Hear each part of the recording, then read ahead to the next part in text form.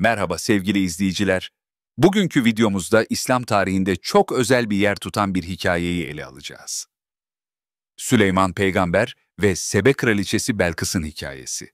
Bu kıssa, Kur'an-ı Kerim'deki Neml suresinde detaylı bir şekilde anlatılır ve İslam kültüründe pek çok derin anlam barındırır. Aynı zamanda İslami kaynaklardan yararlanarak bu hikayeyi daha derinlemesine inceleyeceğiz. Hazırsanız başlayalım.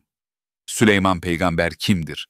Süleyman Peygamber, Davut Peygamber'in oğlu olarak İsrailoğullarına gönderilmiş bir peygamberdir. Hem peygamberlik hem de hükümdarlık vasfını bir arada taşır. Kur'an-ı Kerim'e göre Süleyman'a Allah tarafından çok büyük bir ilim, hikmet ve yönetim gücü verilmiştir. En dikkat çekici özelliklerinden biri ise hayvanlarla ve cinlerle konuşabilmesidir. Kur'an-ı Kerim Hazreti Süleyman'dan bahsederken, diğer vasıfları yanında kendisine kuş dilinin öğretildiğini, cinler, insanlar ve kuşlara hükmettiğini ve onlardan müteşekkil orduları bulunduğunu bildirmektedir. Ayrıca rüzgarı yönlendirme ve madenleri işleme gibi üstün güçler de Allah tarafından kendisine bahşedilmiştir.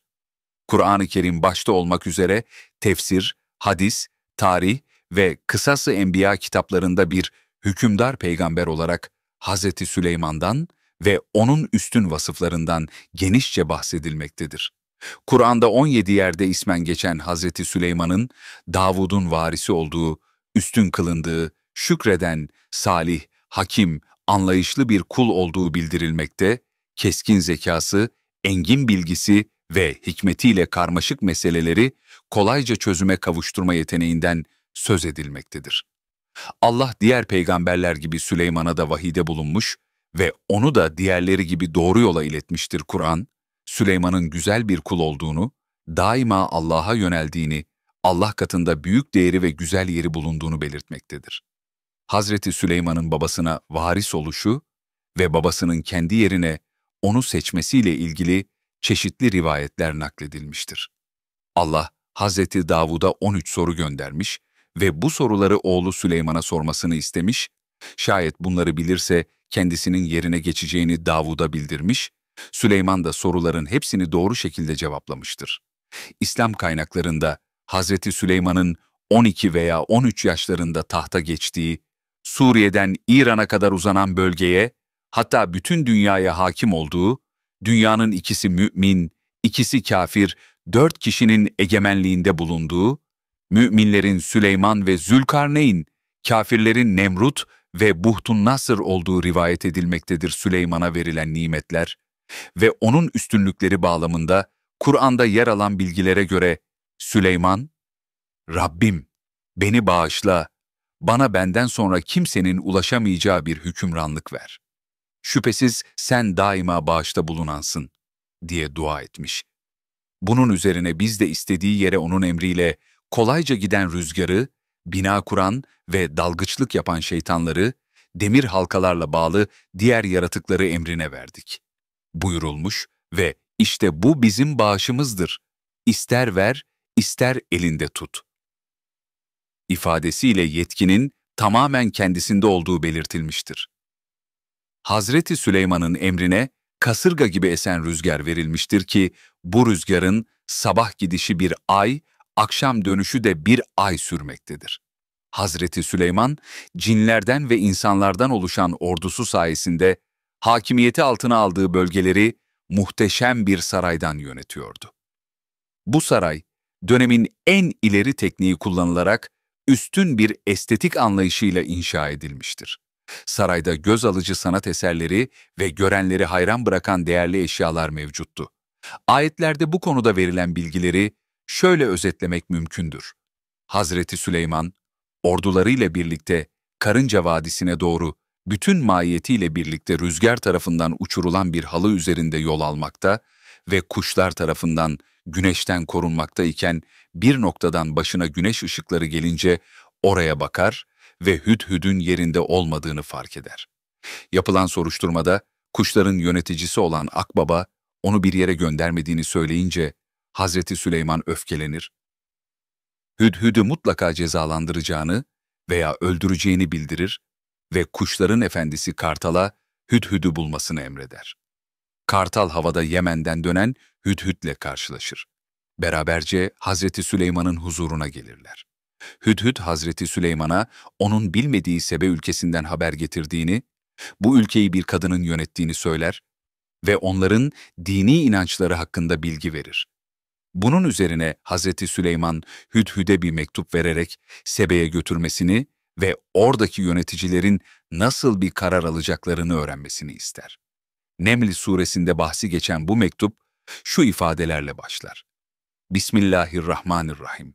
Bana baş kaldırmayın ve bana teslim olarak gelin. Mektubu okuyan Sebe Melikesi Belkıs, ileri gelen adamlarıyla istişare ettikten sonra Hazreti Süleyman'a bazı hediyeler göndermeye karar verir. Ancak Süleyman hediyeleri kabul etmez. Onun bizzat gelmesini ister. Kraliçe Belkıs ve Sebe Krallığı. Kur'an'da adı açıkça geçmese de, kaynaklarda Sebe Kraliçesi olarak bilinen Belkıs, Yemen bölgesinde hüküm süren güçlü bir kadın liderdir. Sebe Krallığı, o dönemde zenginliği, muhteşem sarayları ve gelişmiş medeniyetiyle ünlüdür. Belkıs, kendi halkı tarafından çok saygı duyulan bir liderdir. Ancak o ve halkı güneşe tapan bir inanç sistemine sahiptir. Neml suresinin 4. ayetinde şöyle buyrulur. Onu ve kavmini Allah'ı bırakıp güneşe secde ederken buldum. Şeytan, onlara yaptıklarını süslemiş ve onları doğru yoldan alıkoymuştur. Burada, Belkıs'ın halkının batıl inançlarına rağmen akıllı ve erdemli bir lider olduğu ima edilmektedir. Belkıs'ın tahtının getirilmesi. Belkıs, Süleyman'a doğru yola çıkmadan önce Hazreti Süleyman, cinlere ve ordusuna şu emri verir. Ey ileri gelenler! Onlar bana teslimiyet gösterip gelmeden önce onun tahtını hanginiz bana getirebilir? Cinlerden biri tahtı kısa sürede getirebileceğini söyler. Kendisine ilim verilen bir başka kişi tahtı bir göz açıp kapayıncaya kadar Süleyman'ın huzuruna getirir. Bu kişi, Süleyman'ın teyzesinin oğlu, güvenilir bir kişi, katibi ve aynı zamanda veziri olan Asaf'tır. İslami kaynaklarda Asaf'ın ismi azamı bildiği, duasının kabul olduğu ve kerametlere sahip olduğu söylenir. Belkıs'ın saray zeminindeki imtihanı. Belkıs, Süleyman'ı ziyaret etmek üzere yola çıkar. Saraya geldiğinde tahtını tanır ve camdan yapılmış su gibi görünen bir zeminle karşılaşır. Zemini su zannettiği için elbisesini yukarı çeker. Bu durum karşısında şaşkınlık içinde kalır. Süleyman ona gerçeği açıklar ve bu olay onun Allah'ın kudretini anlamasına vesile olur. Kur'an bu noktada Belkıs'ın teslimiyetini şöyle anlatır. Rabbim, ben kendime zulmetmişim. Artık Süleyman'la birlikte alemlerin Rabbi olan Allah'a teslim oldum. Süleyman peygamber ve Kraliçe Belkıs'ın hikayesi, liderlik, hikmet, iman ve teslimiyet gibi pek çok derin mesaj barındırır. Süleyman'ın ilmi ve adaleti, Belkıs'ın aklı ve erdemiyle birleşerek insanların doğru yola yönelmesini sağlar. Bu kıssa, Hazreti Süleyman'ın bilgeliğini, Allah'ın ona verdiği güçleri ve Belkıs'ın hakikati bulma sürecini anlatır. Belkıs'ın teslimiyeti, doğruyu gördüğünde hakikate boyun eğme erdemini yansıtır.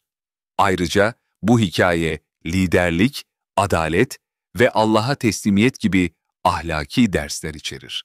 Kanalıma abone olmayı, beğenmeyi ve arkadaşlarınıza tavsiye etmeyi unutmayınız. Bir sonraki videoda görüşmek üzere, Allah'a emanet olun.